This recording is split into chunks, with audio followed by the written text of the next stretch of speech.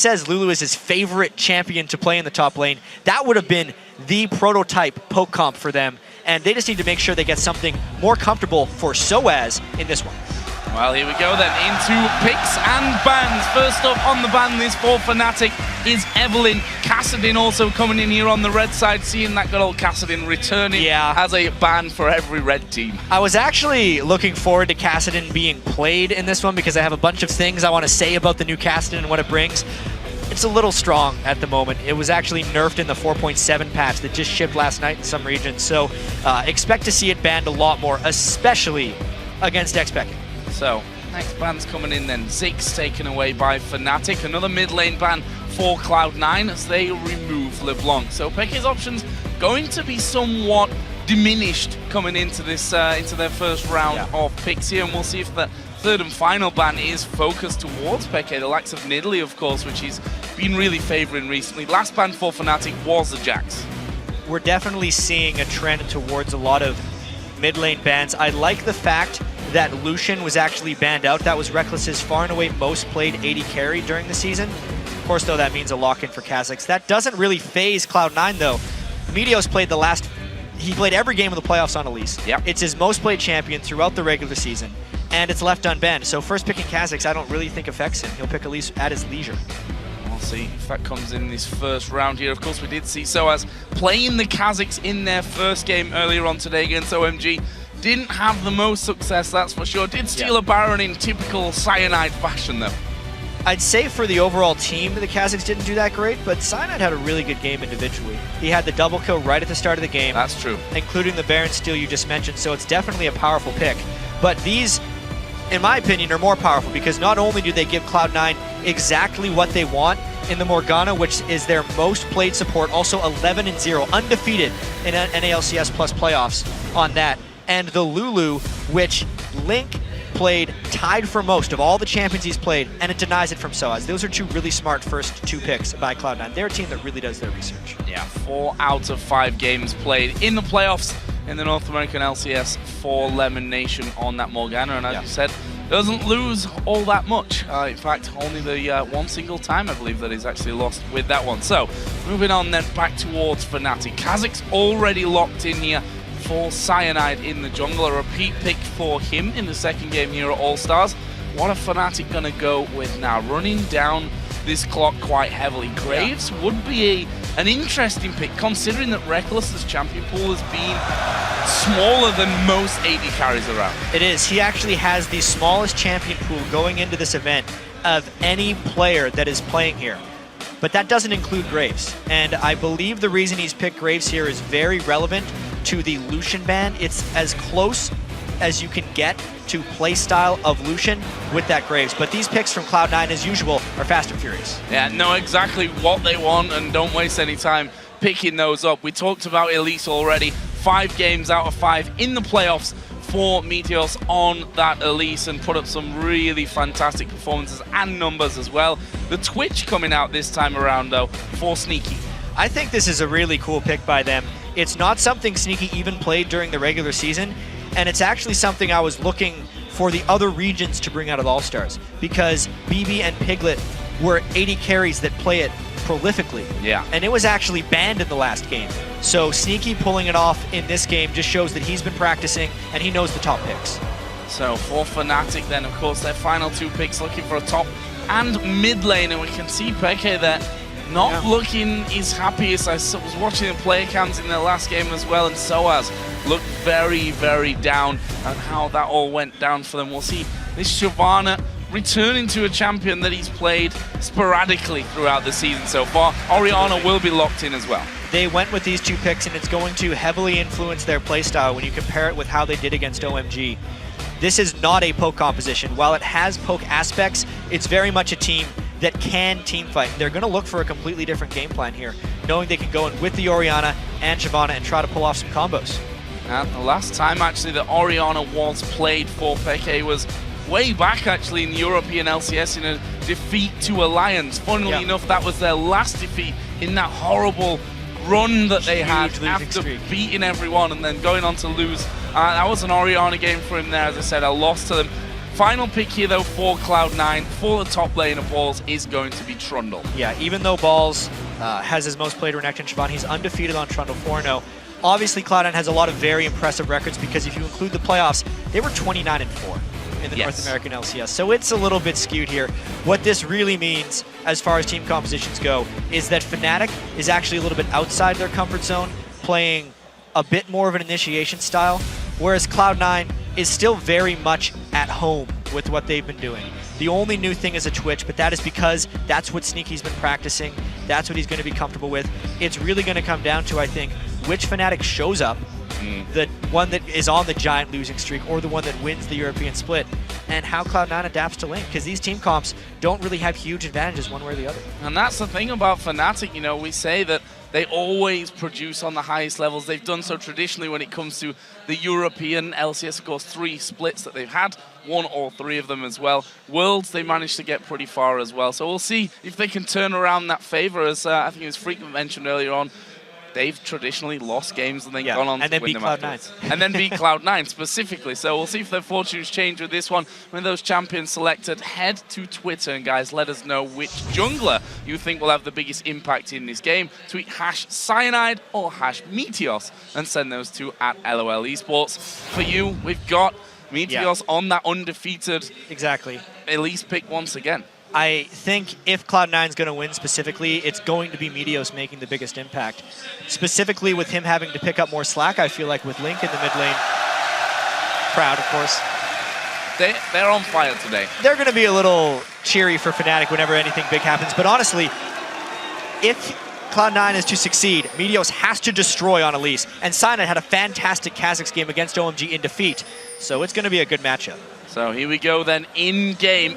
It's Fnatic versus Cloud9. A big rivalry. North American champions versus European champions. And look at this, right now at level 1, Fnatic are looking to set something up with a 5-man push to make that now as Yellowstar comes down towards the Tribush. We've seen quite a lot of level 1 action here today already. More than I would have expected. Yeah. For sure. Obviously these trinkets still on the 2-minute cooldown at the start of the game, so a lot of guesswork coming in early. And against a Morgana, you have to be very careful about where you go. Especially if you're going to stack up as well. Those dark bindings become all the more easy to hit, let's call it, if you're all grouped up in there together. Fnatic at the moment, see, just keeping 1 man in the Tribush. The others were waiting off to the side, but obviously Fnatic feel like there's maybe nothing for the immediate take in there, but from positioning here, looks like they're at least going to be going up to get a ward if in that blue buff area, if not stick around and take it. And the laning matchups, as far as will we see AD carries play against each other, will be kind of the team's choices here. I talked with a lot of the pros over the weekend about exactly why we see so many lane swaps. Obviously the how has been discussed a bunch and is still, everyone has a different opinion, but the why is if there's any risk of your 2v2 lane not winning, they just swap, because that will skip the laning phase. And then as we've seen today in the All-Stars, every regional team has a slightly different take on the optimal way to swap, whether it's the 4-0, whether it's the heavier counter jungle strategy with slightly less pushing, which will give more farm to your top laner and your AD carry, or what Cloud9 and Fnatic decide to do right here. Well, we are going to be seeing 2 versus 2 down on the bottom lane here. Reckless and Yellowstar versus Sneaky and Lemon Nation. Fits in with our featured matchup as well. Going to see how these guys keep in there and whether they stick around in this lane or do a switch the first time that they end up recalling. Yeah, but Fnatic probably won the mind game here, unless Meteos reads that he wants to go steal the blue, and surprisingly, he's actually trending towards that direction, so junglers are going to end up trading buffs, and we're going to get those standard lanes that I've actually been waiting to see for a while from these guys. Certainly a change from the norm nowadays, we can safely say. Those lane swaps becoming all the more prolific. There is Meteos doing the Fnatic blue one. He's in no danger right now. Got a ward just below him. Cyanide, of course, has already done that blue and is back over on towards his red. There's a nice little bit of work from Yellowstar. A poke of Karma proving a little bit difficult so far for Cloud9. Yeah, and Karma Graves has a tremendous amount of just straight up damage. Karma in particular is probably the strongest support level 1 through 2 because she can empower her abilities right off the bat. Meteos trying a very early gank in top lane. He loves to support balls more so than almost any other jungler. Done well there to land the cocoon onto Soaz, but you already saw, Ball's not really following up from that one. It was just a case of showing your presence, make Soaz feel a little bit more under pressure. Should note that Soaz already used his teleport. Of course, he was in the Cloud9 jungle earlier with his own jungler and is now teleported to that top lane, so that's not available for him.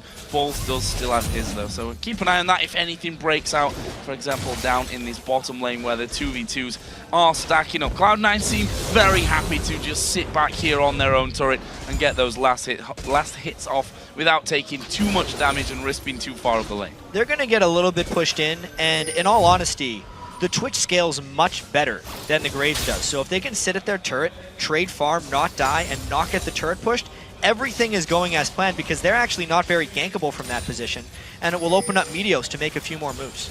This mid lane being very, very quiet, despite being a lane which we have to keep a big eye on, though we want to keep a big eye on. Having Link here in for Cloud9 as High is out, of course, and best wishes to him, by the way, if he is watching.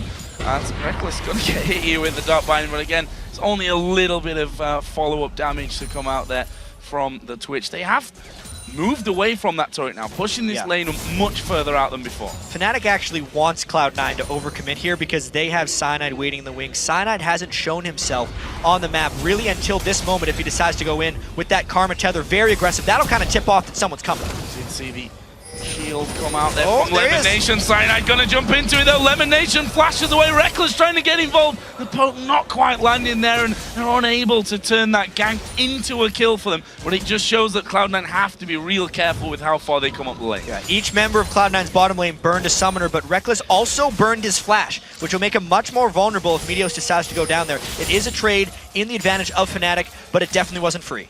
So this mid lane then, farm very, very even. Peke with this wave will take a slight advantage, and Meteos, knowing that Cyanide was down on that bottom side of the map, is quite happy right now to just take as much farm away as possible from Cyanide's jungle. Got a 5 CS lead from that, just to give you the early stats on how those two players are in fact doing right now.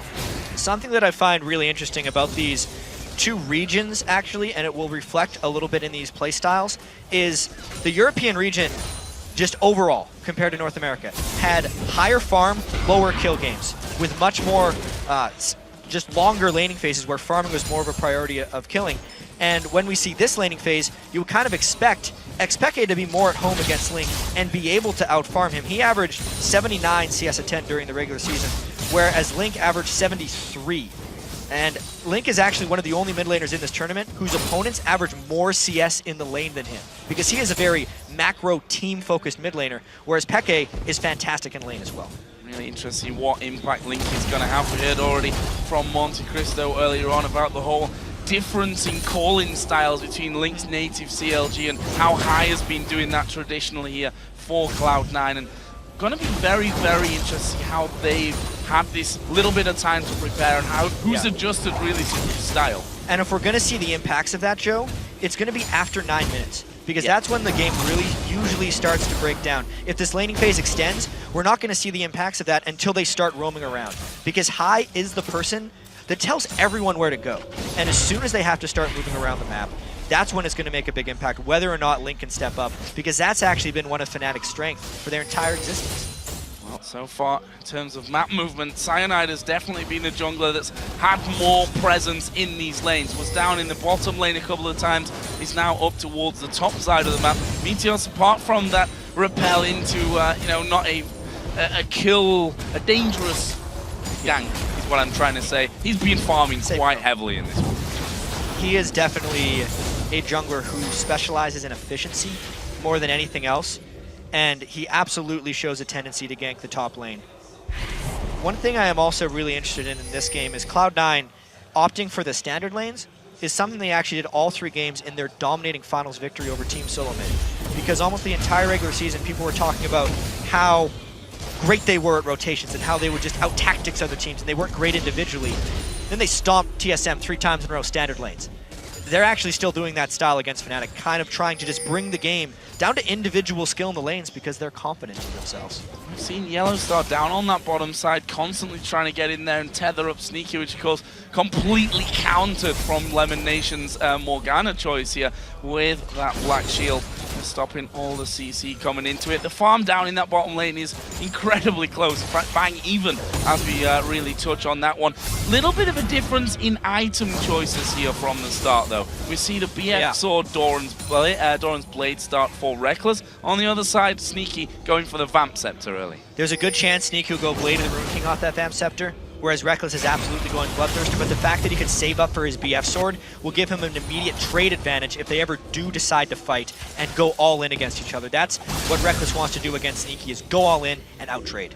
So here are those first blue buffs being exchanged. Meteos once again is going to come to this top lane. Soaz does have his ultimate and a flash available, and once again Balls just getting a bit of damage down there. Meteos will for a second time actually land in here. The ultimate Cyanide's coming in here. Will they be able to get it? Good repel from Meteos. Cyanide down to less than half HP. They need to be real careful about this one. Balls going low. He actually flashes out with that one, and now Meteos flashes in. There's a flash away. Cyanide turns it around. First blood Fnatic. Crazy fight in the top lane. Absolute skill matchup right there in the top lane with Fnatic coming out on top. They baited that in, not once, but twice. The first time was just to wait for Cyanide to come there. So they actually ended up starting that one late, and then they pulled Meteos all the way into the turret to get that kill. We hear there, the crowd here, as we said, definitely a lot of Fnatic fans in the house. And well, to be honest, when you've got two French players on your team and you're playing in France, it's definitely something that you can come to expect. They get the first blood. We're about to hit the 10-minute mark. If you look at the global goal, 13.4 to 13,000. So a half a thousand gold, which is 500 if you're used to normal numbers. Good start here for Fnatic. Slower paced game, though, because of these more standard or older standard lanes, I guess we can say now. Yeah, definitely not an accelerated game that we've been so used to seeing. Meteos, though, is just continuing to put time into this top lane as usual. And there's another Cocoon coming in, but again, they don't want to go underneath that tower. Soaz had his ultimate back available. Flash was burnt, of course, in that last encounter, so didn't have that for him. And just playing it very calm, I think, in that top lane. Not panicking and just diving straight out there instantly. And that one, we'll see if Meteos continues to try and give Balls the advantage. And we can say that so far it's working out nicely for them. The 20 CS lead for Balls in that top lane. It's exactly what Meteos and the rest of Cloud9 have tried to do. They focus on using Balls as their asset because he was far and away the strongest top laner in North America. Soaz, though, is a spectacular player in his own right, and to me it shows that Fnatic really does their homework against Cloud9. There's a reason they tend to have their number in international competition. Cyanide being there for the counter gank is just them predicting that Meteos is going to help out Balls even more so, and they cannot let Balls get ahead of Soaz, otherwise it plays right into Cloud9's hands. And that trend you mentioned earlier of Link losing out in farming this direct 1-versus-1 comparison in mid lane, that trend's continuing. 20 CS lead is what Peke has currently over Link. Both players are working their way up towards that. Athenes and are in very similar positions when it actually comes to item builds. If we actually look now down at the 280 carry builds, we see that the BF Sword has been picked up a little bit earlier, of course. Reckless already talked about that. Got his Vamp Scepter now, so straight up towards that Bloodthirster. Sneaky on the other side, going for that Blade of the Rune King start. As we see Peke and Cyanide coming towards us. A lot of people going to go in, and the Shockwave, he's pulled the trigger far too early on that one. That was them trying a little bit too hard to stop what Balls and Meteos are up to, and it will actually give a bit of breathing room to Link in the mid lane. This is the beginning of the map movement. It's 12 minutes in now. We're going to see higher level champions, more explosive skills, and with the items being completed, this is when the map movement becomes even more important. And if High's weakness is going to show through, it's going to show through now.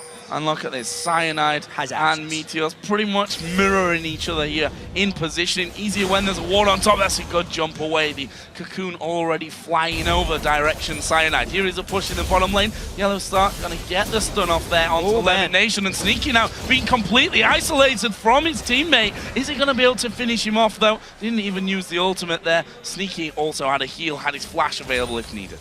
That was a really slick trade there by Yellow Star, isolating Lemon Nation from Sneaky. It was really just a play on good AD carry mechanics from both sides, because when Lemon Nation got caught, it pulled Sneaky up, because that's the main way you stop people from hitting your support, is you show threat onto the other AD carry. As soon as that happened, though, the wall got in the way. Lemon Nation had to split, and they could jump right onto Sneaky, burning them both to fairly low health. They did have a fair amount of health potions ticking, though, and they're starting to heal back up to try and negate the effect of that. Really nice trade. And both of the AD carries, of course, got decent amounts of lifesteal in there as well, so shouldn't be having problems. Here we see Meteos. First time, actually, that he'll be coming down towards his bottom lane. Let's see if Fnatic get lured into this one, and it looks like they will. Meteos moving forward from this one. Yellow Star no gonna flash. be getting stunned up. No flash available, and Lemon Nation picking up the kill there onto Yellow Star.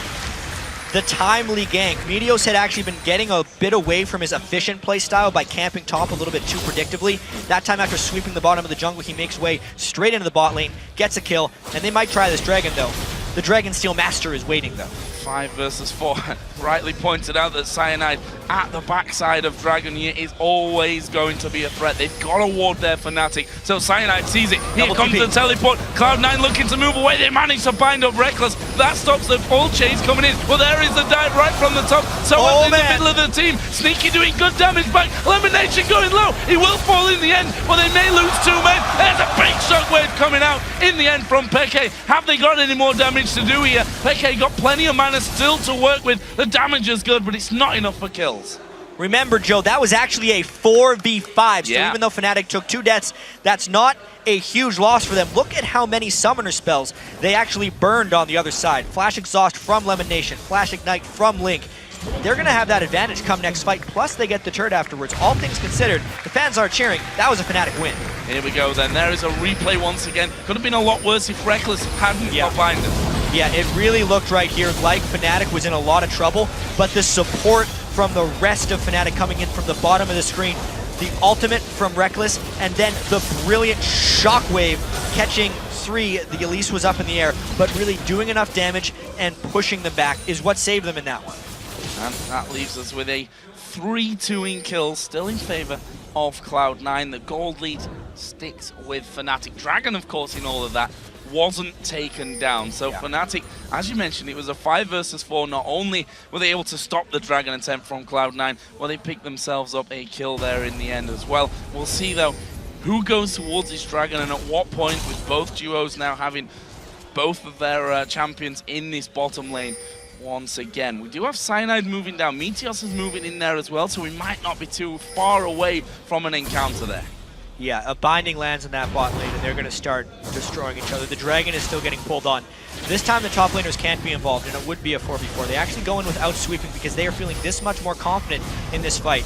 Whether it's blind confidence or not, I'm not quite sure. They have to back away. Well, we see the Fnatic gonna jump in from this one. Lemonation goes very, very low. There is the shockwave. Lemonation gets away, but Reckless is pushing through. Cyanide stealthing in there as well. Have they got the damage? Yes, they will. Cyanide gets one. He finished off by Sneaky though. Peke wants more, and he may just get more here. Meteos goes down. Are they gonna go for anyone else? Lemonation still very low there at the back. They didn't get it in the end, but it's a 2-for-1 for Fnatic. Really great charge there by Fnatic, having the confidence with the shockwave. Fan chance coming in, and now they have a chance to control the Dragon. High's gonna think about this one, but then think better.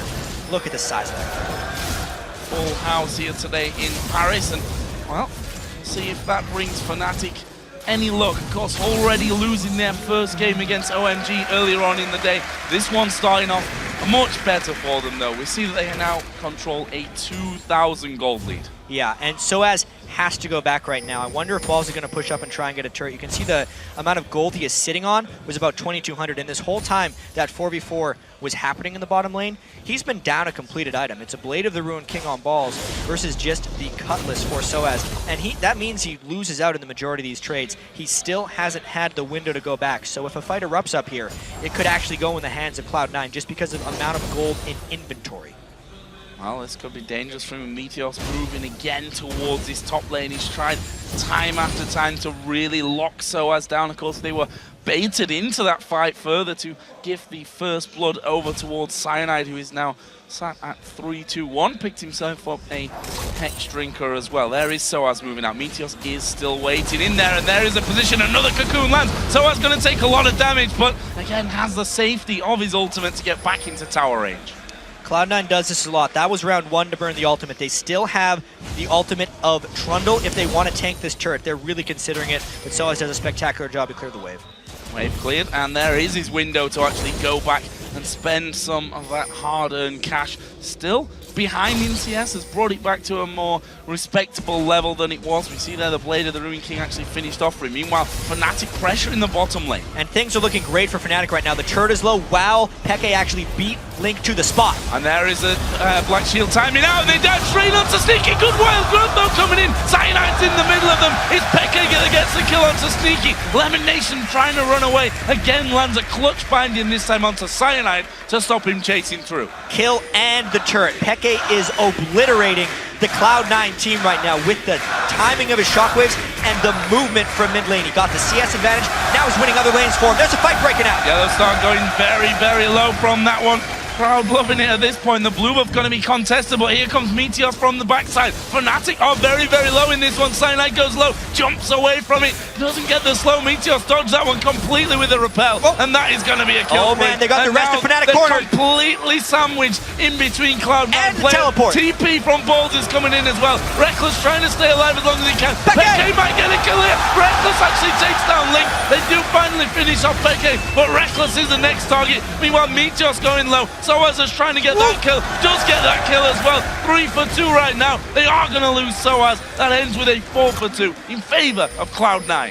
What a bloodbath right there. You can definitely say Fnatic overstayed their welcome because Sneaky actually came all the way back from the death, returned to the fight just for the cleanup. Let's take another look at this one, how low Fnatic is. It was really just the movement from Meteos to cut in and corner here. Cloud9 loves the combo of the stun from Elise and the dark binding because it allows them to lock down targets and cut off areas of retreat. The binding is actually what pushed the 3 members of Fnatic back towards the lane. Therefore, Meteos could cut them off from the other side. When the double TPs came in, this just ensured the bloodbath because it meant both teams were trying to commit. At this point, Fnatic can't think about how bad a position they are in with Twitch returning, and Twitch finishes the job onto Soaz. Luckily, he could pick up that kill on Fuse. Taking something for, well, not really for nothing, was it, when it's a 4 for 2, but yeah, at least getting it on the way out there, knowing that he's facing a certain death. Where does that leave us? Still, Cloud9 hold a slight lead when it comes to kill, but they are still behind in gold. About 1,500 now, so that difference of 2,000 just a couple of minutes ago is closing somewhat for Cloud9.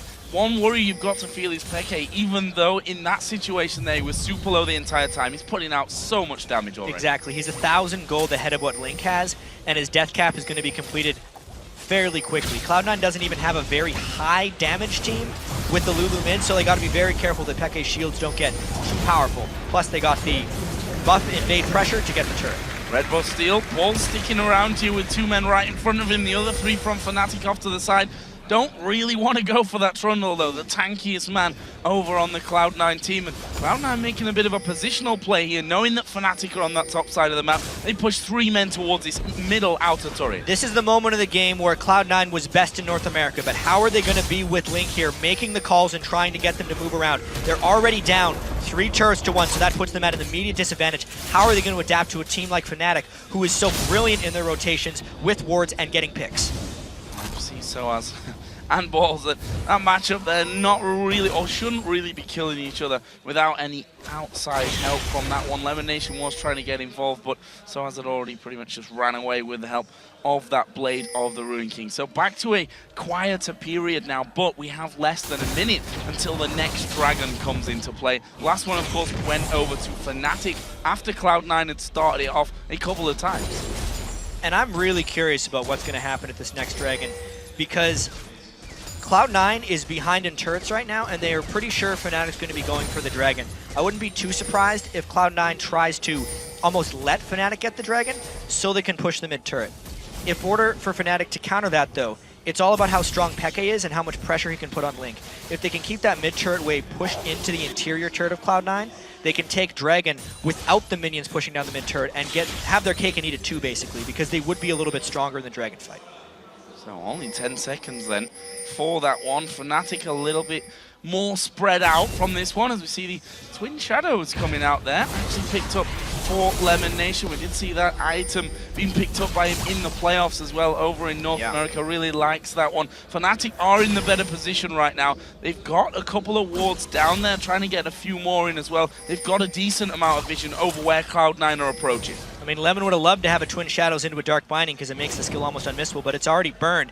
And Fnatic's actually the one's doing the turret pressure instead of the Dragon, kind of beating Cloud9 to the punch here, pulling Cloud9 away from their own jungle and maybe catching them in the corridor. Sneaky moving, stealthed up around the back so that he could get into a safe position to clear out that wave. And look at this, Cloud9 moving forward, scanning as they go, getting 2 wards for 1 really. That is with such a dangerous spot. Yeah, they've caught Link completely out of position. He's going to use the wild growth on himself, but honestly, I'm not sure that he'll get away. There is the Black Shield coming in. Cyanide still chasing, and while I'm wrong on that one, Link will get away from it, but that leaves a 5v4 now for Fnatic at Dragon. He'll get away, but it completely cost them the Dragon. Fnatic had already put Cloud9 in a difficult situation, trapping them in that corridor, because anytime they want to move down and around and try and get vision control back, they're at risk of having someone getting caught out. They're lucky it wasn't a kill and the Dragon, that it was just the Dragon, but it's still a loss.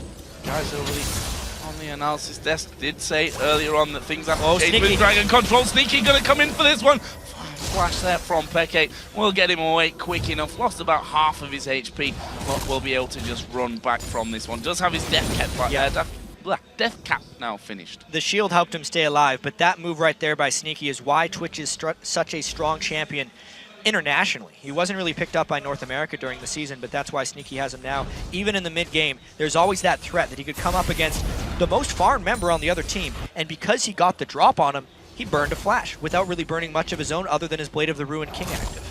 So Meteos, once again, he's spent almost more time in this top lane than he has farming his jungle, I think, or what it seems like at this stage of things. The question is, are they feel comfortable enough to go under the tower? Doesn't look like it. We already see the recall being used there by Meteos. He's just going to go back away from it. So as we should mention, that CS difference, that lead that Balls has had pretty much the entire game here still stands. 214 to 189 CS. You can see that he's actually working himself up here, Balls, towards that Randuin's Omen. On the other side of things, Soa's actually got himself the workings of a Guardian Angel. He has the 2 components to it. That would be a curious choice for him. I hope he's just going for different components of items. The Randuin's maybe with his Chain Vest or a Sunfire Cape, and then a Spear Fist or a Banshee's Veil. With the other one, he's just getting those components right now. As far as team fighting is concerned for Soaz, though, he's got to be really careful about himself.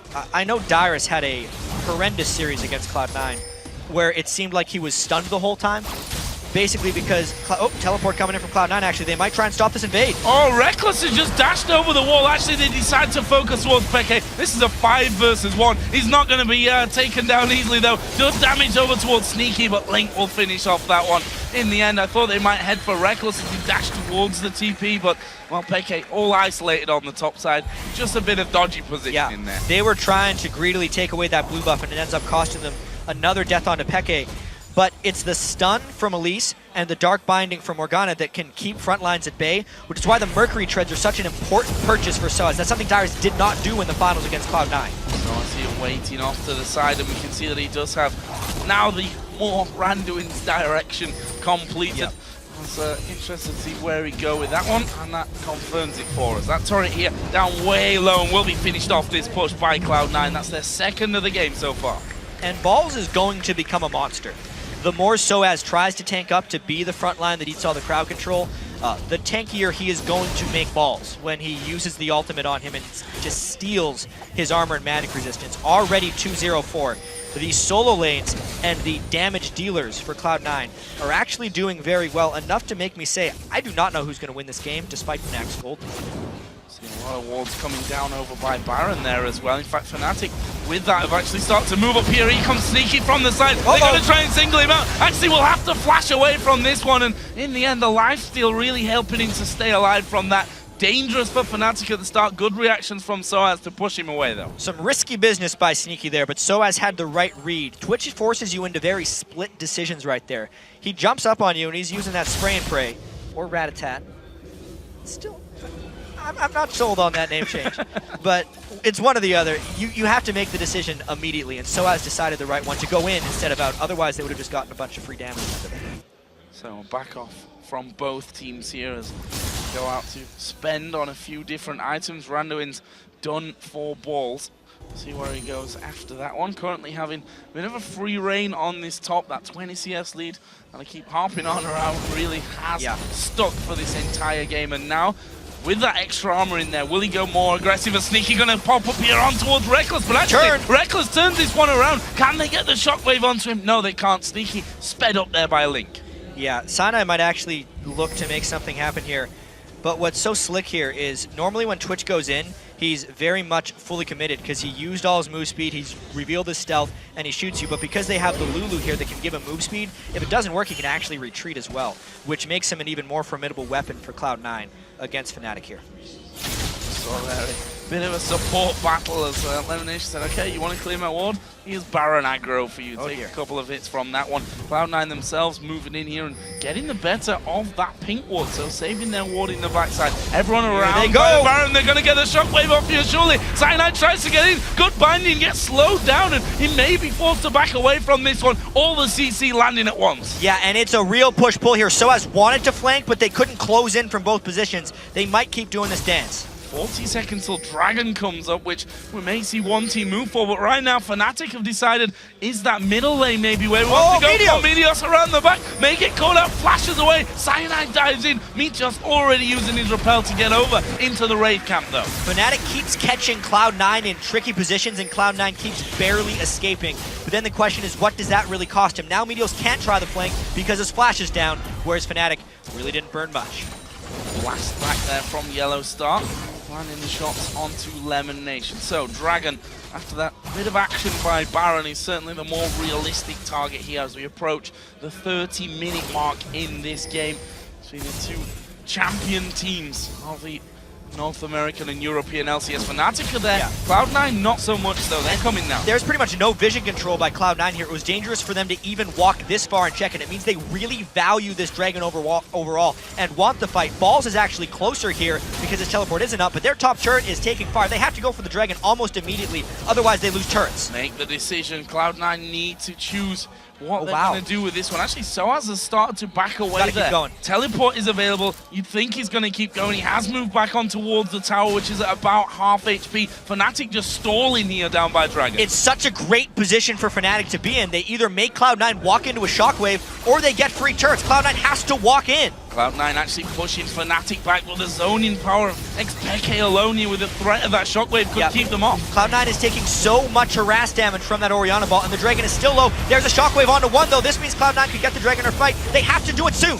And there is the Dragon picked up by Cloud9. That top turret, though, has gone down. So as they made the decision there, let's take that trade, try and keep them off the Dragon. Didn't quite work out as planned, but that tower has gone down in Fnatic's favor. We're still at around 1,500 gold separating these two teams. Neither of them being able to make any real headway when it comes to either getting that lead back from Cloud9 side or Fnatic getting a bigger lead. And the thing with that trade for Fnatic is, even though the Dragon was worth a lot of gold and clearly Cloud9 valued it, Fnatic got to make a trade that now Cloud9 can't make again. It was a top turret for a Dragon objective. Since they've now pushed it to the inhibitor, if they do that again, it's not a trade Cloud9's going to opt into. Overall, once again, that is a very slightly better trade for Fnatic. And we saw some pings going down onto the top lane outer turret there. A basically free pot of gold for Cloud9 at this point. Put a couple of men onto that one. We'll see if they can take that down. Yellow Star still commanding position around the Baron area. Again, the Ghost just sent out by Lemon Nation just to scout around. One of them does find Yellow Star hiding inside of the brush, and that gives Cloud9 now the better position on Baron, allows them to continue with this yo-yo game of clearing wards out. And I gotta say, Cloud9's actually staying together pretty well when you consider that their shot caller is missing. Stuck back in North America High, unfortunately, with his health problems. Could not make the trip, which is why Link is here. And they've been desperately practicing, trying to get Link as vocal as High was, since he is a shot caller. But CLG uses a dual shot calling system, and really, that's not the way Cloud9 has rolled for most of the season. He's got his items now with the completed Void Staff onto Lulu. He's very powerful. The team itself is only 2 turrets behind. They're 1,000 gold behind. They're longtime rivals who have more often than not come out on top against them. And they're in position to at least win this game at 32 minutes. It's very close. That's right, I was talking about that they were pinging earlier. Part of the reason why that gold has come back a little bit for Cloud9 was Balls simply walked into that one and took it down without too many problems whatsoever. And again, both teams moving back, and we'll continue with this dance around Baron where lots of wards being cleared out and replaced already. There's one still for Fnatic at the mouth of the Baron pit there though. We'll see where that gets switched out. Good time to maybe take a look at a couple of items here, and want to look back to our AD carries in the featured matchup. We see that both of them actually picking up Phantom Dancer and Last Whisper. The difference, of course, is that Blade of the Ruined King Bloodthirst. And this is actually the point in the game, Joe, where Twitch becomes much more powerful than Graves. Obviously, it is position-based for AD carries, as it always is, but just with the stealth and that rat-a-tat-tat to hit almost every target on Fnatic, Twitch is better right now, if they can force a fight. TP coming in from Balls. Fnatic had already seen that one coming and decided we should back away as the Twin Shadows come in there. The Ghost coming around. Sneaky is in the middle. He's going to get the slow off onto Xpeke, but Fnatic have replied and, you know, moved themselves back to that inner turret in mid lane fast enough that they weren't risking moving through that tight avenue to try and get involved. It's all about vision control trading here at the Baron area. Both teams trying to kind of catch each other in corridors. Both teams have tremendous amount of AoE burst if they really land the right stuff. Cloud9 on the side would be a Twitch AoEing with Lulu's Glitter Lances, whereas Fnatic is even more so. Dragon, Shockwave, and the Graves AoE would just obliterate Cloud9. That's why these tight moves around the Baron pit are so valuable, and getting a team pushed back into their turret to get vision control is a constant swing of momentum. Oh, need to be a little careful here. Actually sidestep from Peke away from the Dark Binding of Lemon Nation. Just want to point out Peke's build while we're talking about him. Double blasting one here, just showing us that he wants that extra power right now and can't afford to wait. Ball's actually catching out Yellow Star here. This could be a little bit dangerous. Cyanide's coming from the top. Are they realistically going to take out Trundle? I don't think so. The teleport will come around for Soaz, actually cancelled there in the end. Ooh. But now Cloud9 managed to lock up one. Yellow Star's is squishy, target on the entire team, and Ball right up there in front of him, throws down his pillar. They can't take Peke. Well, this is Shockwave territory. They landed as well. Meteos is going to go low. Can they finish him off? He's going to repel out of there, and now it's Cloud9 turning around and chasing. And Fnatic is still pushing with Soaz. They have not suffered a casualty yet. This is a huge move for Fnatic. Lemon Nation going low. Peke actually going to stop them from recalling one of this one. Balls also just trying to keep them from pushing back in. Xpeke going to go low. They actually can finish him off there. Link is going to go towards Reckless now as well. He goes down. Lemon Nation got that kill. We have seen Meteos come back in. He's actually stopping now the push from Cyanide. From Soaz in there, but Cloud9 are going to get the inner tower. They have burned so much to get those few kills. Now, how do they capitalize? There are two main damage dealers down on Fnatic's side and a third stuck away. They're going straight for that inhibitor. This trade will be a happy one for Cloud9, getting the kill advantage, stopping Soaz and going a step further than Soaz in that bottom lane by taking the middle lane inhibitor. We've got 30 seconds to Dragon, still 20 seconds until Peke and Reckless come up. Cloud9 are headed towards Baron here. It's because it's still a 5v3, and the teleport, remember, was cancelled by Soaz, so he can't make it in a position. Cloud9 could burn this Baron down before Fnatic even makes it into the range. They might try, though. Cyanide is there. His ultimate's up, so he can come in stealth. He's going to surely come in stealth from this one, but have they got the vision in there? No, Cloud9 secure that one. It's Meteos that will finish off with the smite. Nice fluid call in here from Cloud9. This was a big question mark about them, but we see how efficiently they've pulled off that move, the sweep up towards Baron. Exactly, because that was an example of Fnatic pushing Cloud9 to the absolute limit. They forced them into multiple team-based decisions, and Cloud9 ended up making it work. But they might be sticking around here with the Dragon up because they had to clear super minions. Fnatic might be able to rush this Dragon down. It's Cloud9 trying to make it in for a team fight, because if they get another one, they could end the game. And they're moving in en masse here. Sneaky, you can see, trying to get in position from that one. Dragon is very low. It is going to be Fnatic to get that one, but will they want to fight? Surely not. Soaz even using his ultimate to go away, but they've gone towards Peke. Shockwave on the backside, but Peke is going to go down. And now Soaz being the target. He is the tanky one, but he's being chased very efficiently. Binding just whisking by.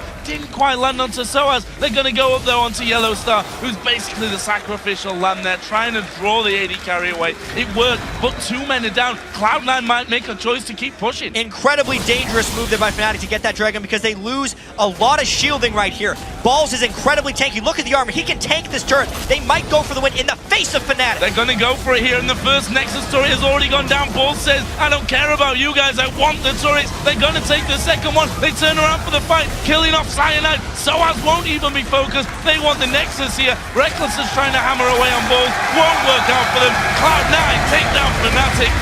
Brilliant decision making there to end that game. What a game that was, Joe, from Cloud9 strategically. Amazingly enough, they forced the fights at the right moments when Fnatic forced them to. They were down in the game. They kept their rotation start. Ling has a huge smile on his face because they just took down Fnatic at the All-Stars right here. If you're Fnatic, you got to be stunned right now. Woeful for Fnatic, really. Let's not forget that from the round-robin group stage, 4 out of the 5 teams will go through into the playoffs. Yeah. Fnatic, though, they've lost their first 2 games. That is not an easy position to come back from. After having a great start here, they've got a lot of people behind them here in the stadium. Something has to change for them, but I want to focus on the positives from this one. Cloud9, the question marks that we had, I guess they've answered it. They're definitely starting to answer them here. I really love the fact that they brought out the Twitch pick. Cloud9 is always a team to heavily prepare, and Sneaky, who was an already versatile AD carry, put another AD carry into his repertoire, and he just came